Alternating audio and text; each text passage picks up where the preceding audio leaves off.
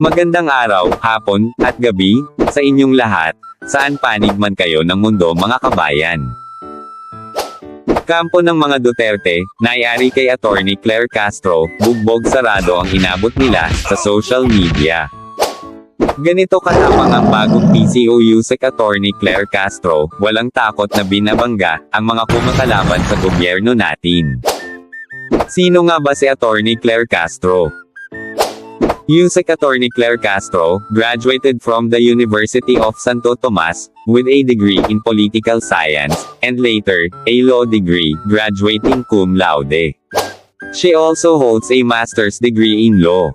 As a lawyer, Castro has her own private law office, and was also the head of the Integrated Bar of the Philippines Caloocan, Malabon, and Navotas chapter.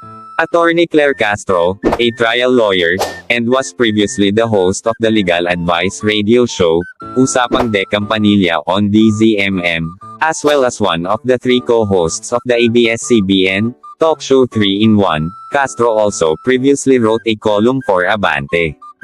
She co-hosts the Usapang Batas segment on DZXL News, and runs the YouTube podcast Batas with Attorney Claire.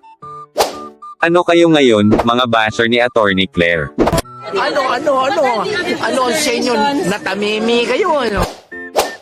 Ang pagkakatalaga ni Attorney Claire, bilang Undersecretary ng PCO, ay upang matuldukan na, ang pagkakalat ng fake news ng kampo ni Duterte.